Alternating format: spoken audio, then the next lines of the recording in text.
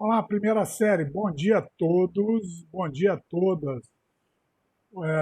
Hoje são 24 de novembro de 2020, são 8 horas e 11 minutos. Vamos iniciar a nossa aula de hoje. Estou iniciando também a gravação da nossa aula, tá? E o objetivo da nossa aula hoje é terminar os conteúdos do capítulo 12. Na aula passada, a gente falou de é, conferências ambientais no mundo, citando Estocolmo 72, Rio 92, Rio mais 10, Protocolo de Kyoto. Bom dia, Gustavo. É, e hoje a gente vai destacar principalmente a atuação do novo plano ou novo Código Florestal Brasileiro, uma política ambiental dentro do território brasileiro. Vamos lá? Então, vamos rever algumas coisas que nós vimos na aula passada, né? Falamos que o mundo pensava de forma local, regional, as questões ambientais, a partir do momento do grande crescimento econômico mundial, principalmente nos países desenvolvidos e também nos países emergentes, as questões ambientais foram começa ou inicia um pensamento de forma mais global.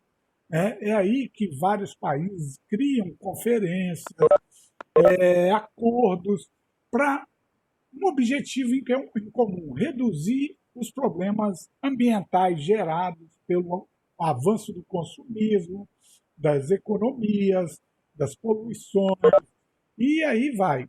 Né? Uma primeira forma de pensar em conjunto em questões ambientais foi a criação do Clube de Roma, lá no final da década de 1960. Alguns países pensaram de uma forma de como reduzir a pressão demográfica sobre as questões ambientais. Tinha uma visão aí malthusiana, onde, para muitos desses ambientalistas, o crescimento populacional gerava o caos ambiental, né? E, a partir daí, criou-se conferências, reuniões, né? Alguém está vendo a tela aí? Bom dia, Arthur. Tá toda.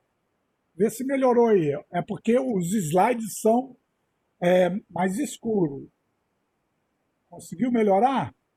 Ah, alguém está vendo, está dando para ver bem os slides aí, gente? Aqui a tela, eu tenho uns slides, muito dele em cor escura mesmo, tá? É que eu não sei se é só para mim. Alguém poderia se manifestar? Tá dando para ver os slides aí bem de onde vocês estão? Para Nicolas, tá? Gustavo, sim. Vê aí, Arthur, alguma coisa deve estar aí com o seu computador aí, beleza? Tá normal, tranquilo aí, Luísa. Beleza, vai lá, Arthur. Volta aí que você faz falta, hein? Vamos lá. Então, o Clube de Roma foi uma das primeiras formas de pensamento conjunto de como solucionar, ou solucionar não, reduzir questões ou problemas ambientais. A Conferência de Estocolmo, que é a capital da Suécia, foi a primeira a detalhar questões ambientais. Foi a partir dela que surgiu o termo de desenvolvimento sustentável. O que é um desenvolvimento sustentável? O crescimento social, econômico, porém sustentando o meio ambiente. Não é? O nome já fala, sustentável. Mas como assim? Beleza, Arthur? Melhorou? Joia! Isso aí, garoto. Então, como assim?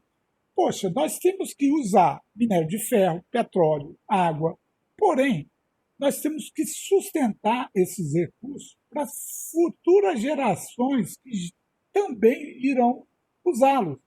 O que o homem fazia? Ele usava indiscriminadamente, sem algum tipo de planejamento, e os recursos estavam cada vez mais escassos, se esgotando. Aí criou-se formas para reduzir esses impactos no mundo. Tá? Veio a Rio 92, né? No Rio de Janeiro, o Brasil sediou uma dessas conferências no ano de 1992, também pouca coisa foi decidida. Uma outra reunião que foi importante foi na cidade de Quioto, onde se assinou o protocolo de Quioto, né? Nele se definia que os países teriam que reduzir a emissão de gases poluentes para a atmosfera. A preocupação maior com a questão do aquecimento global. Né? Então foi criado aí um mecanismo de desenvolvimento limpo, foi lá no Quioto, no protocolo de Quioto. E lá também, você se lembra que eu falei que foi criado a questão do crédito de carbono. O carbono seria o principal elemento poluente da nossa atmosfera, que promove, que avança o aquecimento global. Então, o que acontece? Criou-se cotas para poluição atmosférica. Aqueles países, todos os países teriam que seguir aquelas cotas.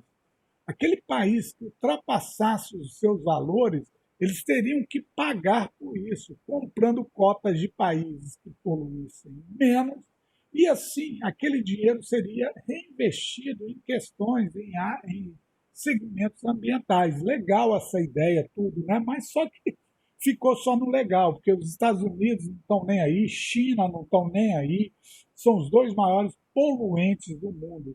Então, se você tem os dois países que mais poluem e estão dando bola para essa questão, os outros vão ficar o quê? Pô, nós vamos segui-los, né? Não, nem todos fazem isso. Nós temos países que têm uma consciência ambiental avançada, porém, outros não.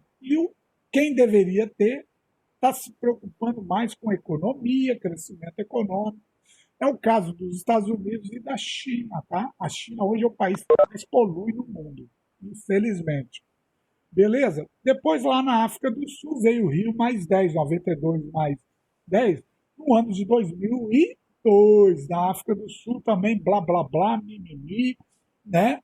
A Agenda 21 detalhou alguns princípios a serem seguidos: geração de renda, diminuição das desigualdades socioeconômicas, mudança no padrão de consumo, utilização do termo reciclagem, reutilização, para agredir menos. Isso avançou-se bem, tá, gente? A questão da reciclagem no mundo. O Brasil é o segundo país em reciclagem de alumínio no mundo, sabia?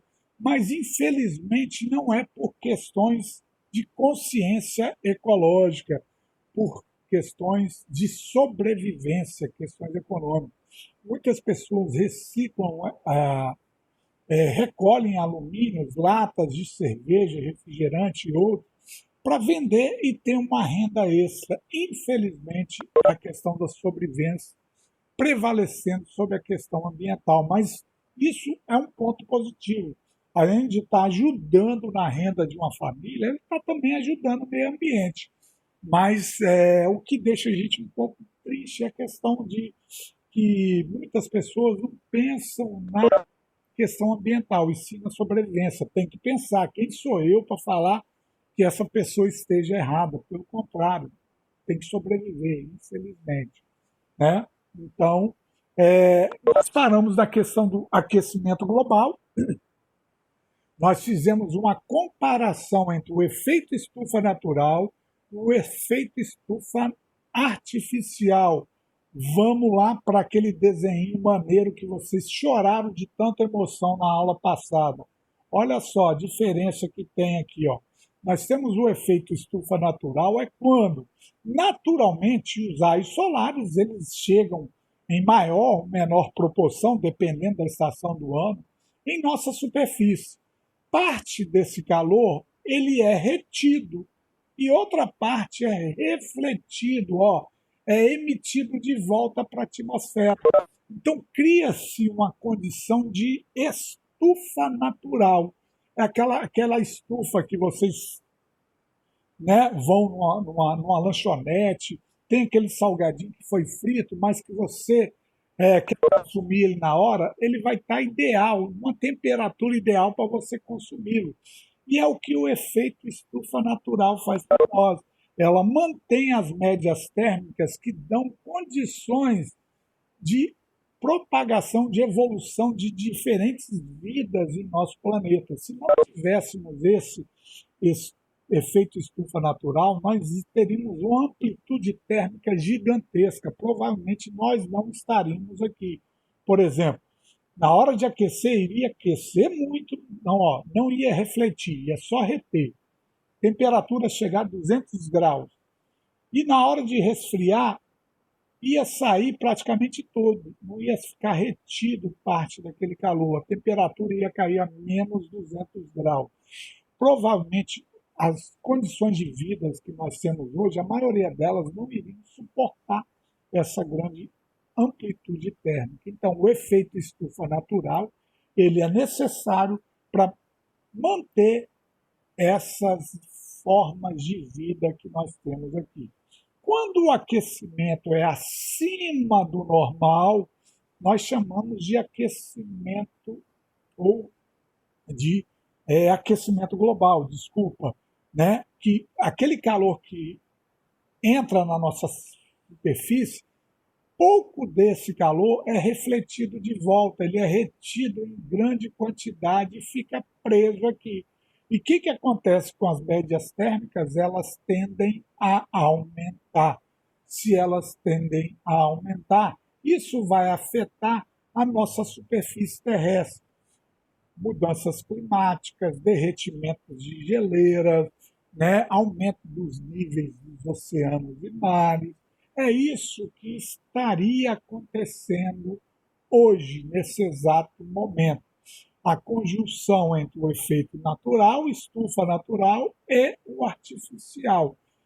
Segundo alguns estudos, o principal agente provocador desse aumento excessivo do calor na nossa superfície seria o homem.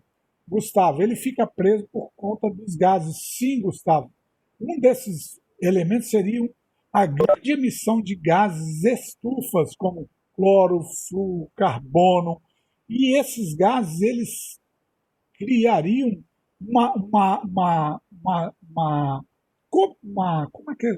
barreira natural para a saída desse calor. Esse calor ficaria retido em maior quantidade e, consequentemente, as médias térmicas iriam aumentando. Tem alguns céticos que não acreditam nessa questão de efeito estufa artificial. Alguns acreditam que a Terra poderia estar passando por um ciclo de aquecimento natural. Veja bem, aí fica difícil, aí você quer confundir a gente. Mas, você me fala uma coisa, o outro fala outra. Então, os estudos indicam que o homem, sim, a ação antrópica, estaria contribuindo para esses aumentos das médias térmicas. Porém, alguns também acreditam que a Terra poderia estar passando por um ciclo de aquecimento natural, que é um ciclo que ocorre periodicamente, em períodos bem distantes uns dos outros. Vamos lá, o que se sabe é que as médias térmicas estão maiores hoje. A média térmica que o planeta tinha até o início do século XX era de 15 graus. Hoje já estaria chegando a 16,8. 1,8 não é nada, é sim, porque nós estamos tirando uma média geral, não local. Tá? Então vamos ficar ligado nisso aí. E o Brasil, galera? O que eu tenho que falar do Brasil? Alguma pergunta por enquanto, Gustavo, Arthur, primeira série, vamos lá? Ninguém não? Beleza, então, vamos lá. A política ambiental brasileira, o Brasil é um país que ele segue dentro dos limites alguns princípios passados pelas conferências. Porém, atualmente nós temos aí vários problemas ambientais ocorrendo no Brasil. Você vê a queimadas são os principais, a Amazônia, no Cerrado. Então, nós temos denúncias de órgãos públicos, veja bem, não estou falando estou falando de órgãos ambientais, de especialistas em área de meio ambiente, que o governo atual estaria deixando em segundo plano as questões ambientais no Brasil. Então, são denúncias que não vêm de mim, vêm de alguns estudiosos em meio ambiente. Então, aumentaram as questões das queimadas, desmatamentos no Brasil e coincide com essa nova ideologia política que o Brasil está passando, tá, gente? Então, a gente tem que ter cuidado quando a gente fala ou denuncia alguma coisa. Eu leio artigos, eu leio algum tipo de informação. Então, uma informação ela pode também ser, se ela não tiver uma fonte precisa, ela pode ser uma fake news, mas muitas vezes não é, né? Porque a pessoa é uma pessoa especialista, renomada no assunto. Então, as questões ambientais no Brasil hoje elas estão assim sendo muito questionadas no mundo, né? Principalmente quando se fala de queimadas, desmatamentos e poluição dos biomas e ecossistemas. Nós tivemos há pouco tempo aí a questão das queimadas do Pantanal. Lembrando, foi o homem que provocou para queimar o pasto, para reflorar. Pode ter acontecido, mas o Pantanal, no centro-oeste brasileiro, tem um ciclo de seca que constantemente nós temos queimadas naturais lá. Porém, no meio dessa questão de queimadas naturais, tem pessoas que tentam se beneficiar com isso, né? Para aumentar a área de produção, para produzir mais, visando o seu bem, o seu interesse. Nós sabemos que isso ocorre, tá? Então, hoje, a grande questão no mundo ambiental brasileiro são as questões das queimadas na Amazônia, no Pantanal, que são biomas que, em maior parte, estão localizados em território brasileiro. Não totalmente, mas na maior parte. E o Brasil está sendo muito criticado aí por ambientalistas do mundo todo, tá? Muitos relatam que o governo brasileiro estaria fechando os olhos para o avanço da agropecuária, para o avanço das queimadas. Então são denúncias, tá, gente? Atenção quando a gente vai falar alguma questão que envolve política, né? Você tem uma visão, você é contra o governo. Poxa, eu tenho a minha visão individual própria, mas eu não posso expô-la aqui, eu tenho que expor os problemas, não é? Então vamos lá. E o que é de interessante que vocês têm que saber, o Brasil em 2012 aprovou uma nova lei ambiental chamada de Novo Código Florestal. O Novo Código Florestal brasileiro, o que é? Ele já existia, tanto que ele é chamado de Novo Código. Era um quê? Era uma lei que regulamenta a exploração da terra no Brasil. Ela se baseia em quê? Interesse comum a toda a população. Nós temos que ter alimentos. Para você ter alimentos, tem que produzir, tem que ter terra. Beleza, isso é óbvio, não é? Nenhum ambientalista pode chegar, a partir de amanhã, ninguém mais vai poder usar nenhum tipo de bioma. Pera aí o mundo vai passar fome, não dá. Né? Nós temos que explorar o solo, a terra, para gerar alimentos. Mas essa exploração ela tem que ser racional, ela tem que ter planejamento, ela tem que ter ética, ela tem que ter objetivos. Então esse novo código ele vai buscar esse tipo de planejamento de produção. Esse novo código foi aprovado no governo da Dilma Rousseff em 25 de maio de 2012. Tá? É uma lei que foi sancionada pela presidente, até então presidente naquela época, e o Senado e os deputados da Câmara do Congresso Nacional, Eles aprovaram esse código. Para aprovar esse código, ele teve que passar por uma revisão, ele teve que ser aprovado pelos representantes do povo brasileiro legislativo, né? Que seriam os deputados federais, senadores, e assinatura do presidente. Então, é uma questão ambiental planejada, né? É uma questão que poderá trazer benefícios. O negócio é de como ela vai ser implementada. Tá? Já existia um antigo código que lidava com a terra. Esse novo código florestal ele trouxe algumas novidades aqui, ó. Foi apresentado pela primeira vez o processo de lei que sofreu várias modificações. As principais diferenças entre o atual projeto e o código antigo diz respeito ao quê? A área de terra que será permitido ou proibido o desmate. Então, se você tem uma propriedade rural, necessariamente você vai ter que ter uma área ali dentro daquela propriedade preservada, tá? Tem que estar reservada aos recursos ambientais, florestas, nascentes, né? Um bioma ali preservado. Então, isso vai depender das regiões. Por exemplo, em regiões da Amazônia, você tem que preservar uma área acima de 50% de sua propriedade. Vamos supor, se eu moro lá na Amazônia, eu tenho uma propriedade de 1.000 hectares. 500 hectares eu vou ter que conservar ela de uma forma racional. Ah, não vou poder usar ela de forma alguma? Sim. Você não vai poder o quê? Desmatar, tirar madeira, praticar queimadas. Mas, por exemplo, você pode praticar o extrativismo vegetal. Vamos supor que eu moro na Amazônia, eu tenho 500 hectares preservados. Dentro daqueles 500 hectares, eu tenho árvores de seringueiras que nasceram naturalmente. Eu posso chegar daquela árvore e tirar o látex.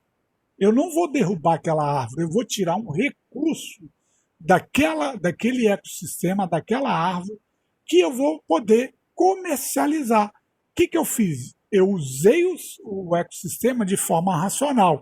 O que eu não posso?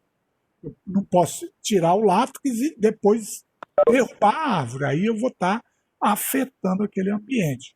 Então, na Amazônia, mais de 50%. Aqui, onde nós já temos uma ocupação urbana maior, na Mata Atlântica, a preservação é de até. Você tem que manter até 20% de uma reserva. Lá nos Cerrados, no Pantanal, 35%. Vai depender de qual região está inserido aquela propriedade rural. Por exemplo, por que na Mata Atlântica você pode explorar 80% e 20% você tem que preservar? E por que na Amazônia você tem que deixar mais ou menos a metade? Porque a Amazônia ainda é um ambiente mais preservado no Brasil. Aqui na Mata Atlântica, não.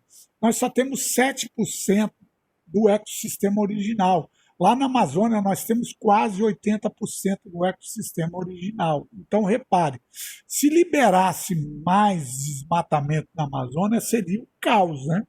Então, já como aqui na Mata Atlântica já está bem usado, vamos deixar aqui uma proporção menor. Então, esse aí foi uma novidade nesse novo Código Florestal. Por exemplo, eu tenho um terreno aqui no Espírito Santo. Aqui eu tenho um ecossistema predominante da Mata Atlântica. Eu tenho uma propriedade de 100 hectares. 20 hectares eu tenho que deixar preservado. E se não tiver 20 hectares, você vai reflorestar.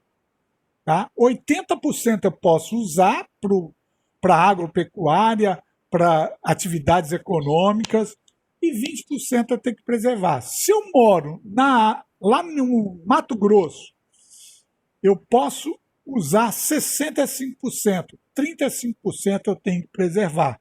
Se eu moro lá na Amazônia, eu tenho que utilizar no máximo 50%. Eu tenho que preservar no mínimo 50% do que naquele ecossistema. Então vai depender do bioma e onde você vai estar no território brasileiro. Entenderam? Primeira série. Alguém não entendeu? Manda para mim aí. Vou beber uma água enquanto isso. Entendeu, Arthur? Beleza. Então vamos lá. Entendeu, Vitor? Vamos lá.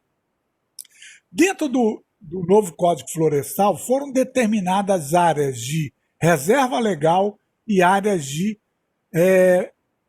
preservação ambiental, APP, ou preservação permanente.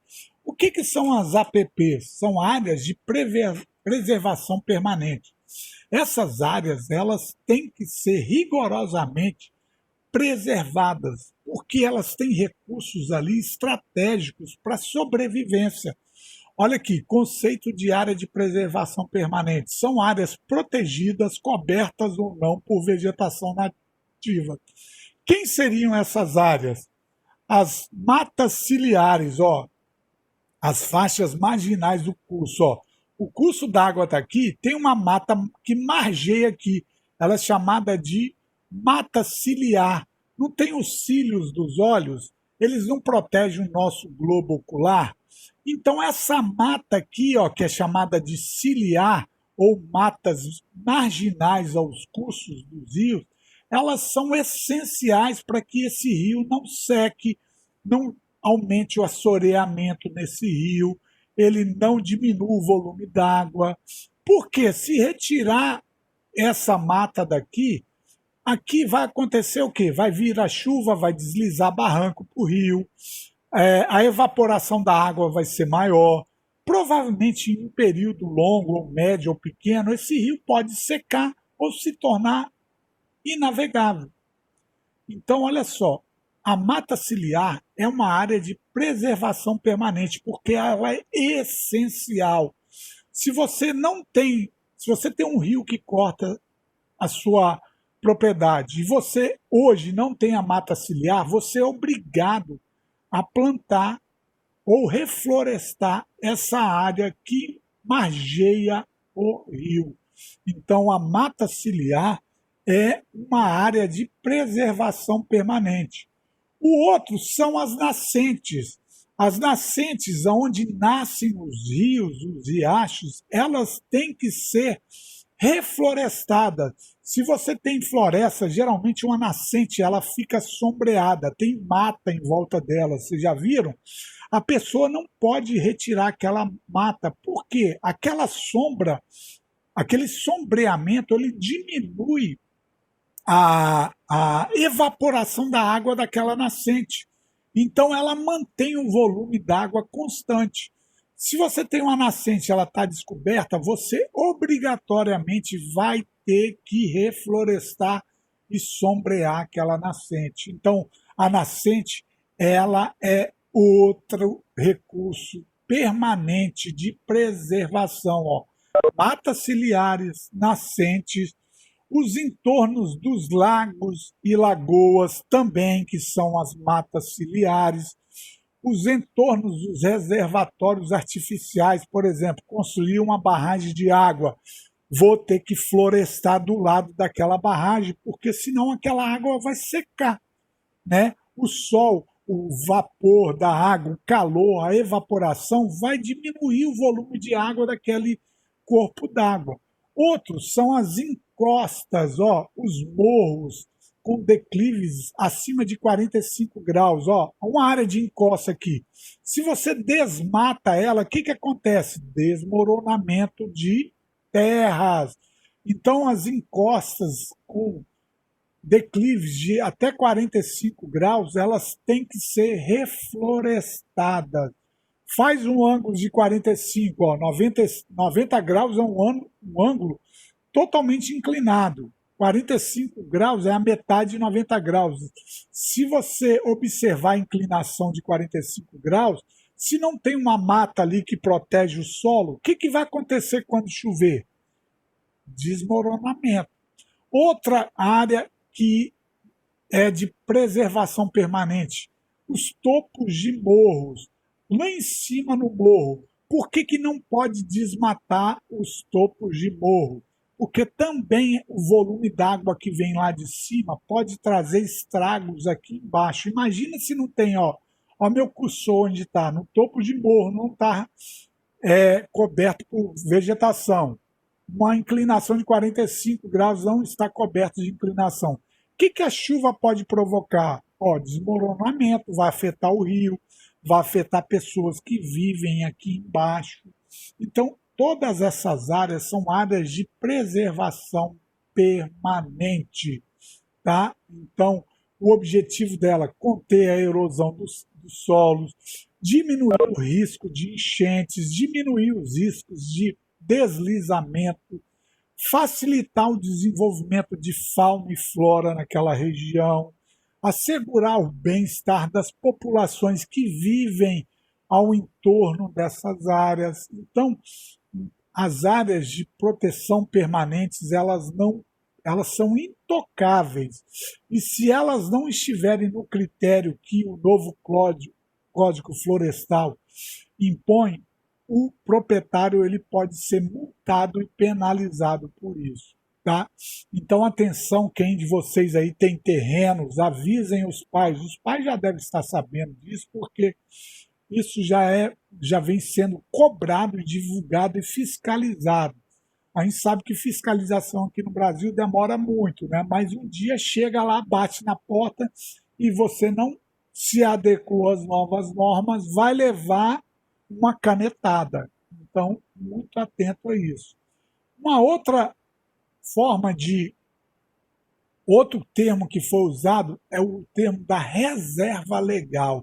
Dentro da sua propriedade, obrigatoriamente você vai ter que ter uma área de reserva ambiental legalizada. Então, qual o conceito de reserva legal? Olha aqui, área no interior de uma propriedade rural coberta com vegetação nativa ou exótica. Olha um exemplo de uma área de uma propriedade rural. Aqui tem um pasto que serve como atividade econômica para pecuária. No entorno dela tem uma área de reserva legal. Olha, essa área ela está sendo recuperada e sendo preservada. Então, olha como é o novo Código Florestal. Você pode sim ter seu ganho, desenvolver sua atividade econômica, agrícola ou pecuária, porém você tem que ter uma área que mantenha um ambiente preservado. O tamanho vai depender do estado. Qual o tamanho dessa reserva? Por exemplo, na Mata Atlântica, que é o Paraná, é 20%, o Espírito Santo, 20%. Onde tem o ecossistema da Mata Atlântica, 20%. Como assim? Essa propriedade, vamos supor que esteja aqui no Espírito Santo. Se eu tenho 100 hectares, 20 hectares tem que estar coberto de reserva legal. 80% eu posso produzir, posso plantar, posso plantar capim, plantar plantações para agricultura, para pecuária, desenvolver atividades econômicas, ganhar dinheiro. Então você pode utilizar 80% dessa área e preservar 20% dela. Se você vai lá na Amazônia, entre 50% e 80% tem que ser reserva legal. Olha a diferença. Então, se eu tenho 100 hectares lá na Amazônia, eu só posso produzir em 20% dela. Entre 50% e 80% tem que ter uma reserva legal. Se eu vivo lá no centro-oeste brasileiro, onde tem um Pantanal, onde tem o Cerrado, 35% tem que ser de reserva legal, 65% eu posso utilizar como atividade econômica. Entenderam aí, gente? Isso aqui mostra detalhadamente. Paraná é um estado da região sul, onde nós temos o ecossistema predominante, a Mata Atlântica. Espírito Santo também, está no sudeste, Mata Atlântica. Então aqui eu posso ter 20% de reserva e 80% de produção. Se eu vou para a Amazônia, é outro valor. Se eu for para o pro Pantanal ou pro Cerrado, outro valor. Vai depender aonde você vive. Aí tem essa imagem aqui que mostra, ó, como você se planejar. Você pode ter, ao mesmo tempo, a preservação, ó, áreas de preservação permanentes, reservas legais, atividades econômicas dentro da sua propriedade. Então, não se confundam com isso. Depende do local, Arthur. Isso aí. Gustavo, esses 20% pode ser explorado, né? Não, Gustavo, esses 20% aqui, ó, tá vendo? Se é aqui na Mata Atlântica, ela tem que ser preservada, 80% explorado, entendeu, Gustavo? Então é ao contrário. Tinha um não ali. Aonde?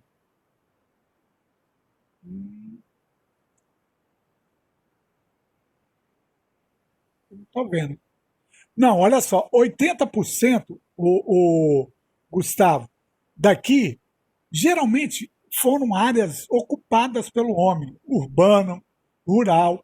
Então, daqueles 100%, 20% você vai ter que criar, ou se tiver, manter as reservas legais. Se você tiver mais de 20%, não pode desmatar. O mínimo é 20%. E você, se você tem já uma área aqui que foi desmatada, você pode manter 80% dela como área de atividade econômica para você desenvolver e sobreviver ali. Beleza, Gustavo? Ok? Entendeu, Gustavo? Ah, que você leu aqui, não é? Esses 20% não podem ser explorados. Pode sim, mas de forma racional. Como assim, Gustavo? Vamos supor aqui, ó, Gustavo, que eu tenha nessa floresta, nessa reserva legal aqui, seringueira nativa dessa região. A seringueira produz látex, não é? Você pode ir aqui e tirar o látex dela, você só vai tirar a goma para produzir borracha, você não vai derrubar a floresta. Você pode usar racionalmente. O que você não pode queimar, desmatar. Se você tem árvores frutíferas aqui, você pode tirar frutas também para ser vendidas, comercializadas ou consumidas. A reserva legal te dá essa possibilidade. O que você não pode é degradar essa área. Vou desmatar aqui que eu vou plantar pasto para criar gado. Não, eu tenho seringueiras aqui, eu tenho árvores de açaí, eu posso tirar o fruto, eu posso tirar o látex. O que eu não posso é derrubar, queimar, desmatar. Conseguiu entender, Gustavo? Exploradas elas podem sim ser. O que não pode é elas ser degradadas. Explorar é uma coisa. Você pode explorar racionalmente. Quer ver um exemplo? Lá na Amazônia, tem um fruto do açaí que nós consumimos aqui. O açaí é um fruto que dá numa árvore nativa da Amazônia. Então, muitas pessoas sobrevivem da colheita do açaí. Então, o que elas fazem? Na época da colheita, elas vão lá, em reservas legais, colhem aquele fruto e vendem. Beleza.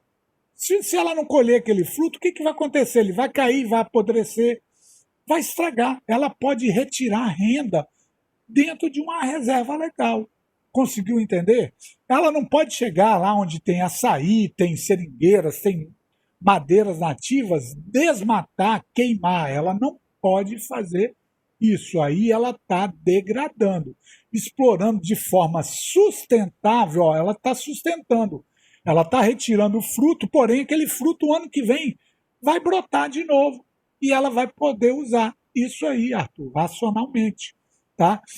Veja bem o que você não pode fazer. Você não pode chegar numa nascente, tirar a árvore que está do lado dela, porque aquela nascente provavelmente vai secar. Mas você pode usar a água da nascente para o seu consumo. É uma área de preservação permanente, entendeu? No topo do morro, você não pode derrubar uma mata, mas você pode explorar aquela floresta com frutos, com madeiras mortas, né, que às vezes tem uma madeira morta, aí você pode retirar para produzir lenha. a exploração racional, sustentável. É isso que vocês têm que entender. Beleza, gente? Dúvida? Beleza. Gustavo, isso é fiscalização por. Deixa eu ver o que o Gustavo escreveu aqui. Aham, entendi. 20% pode ser explorado. Tá.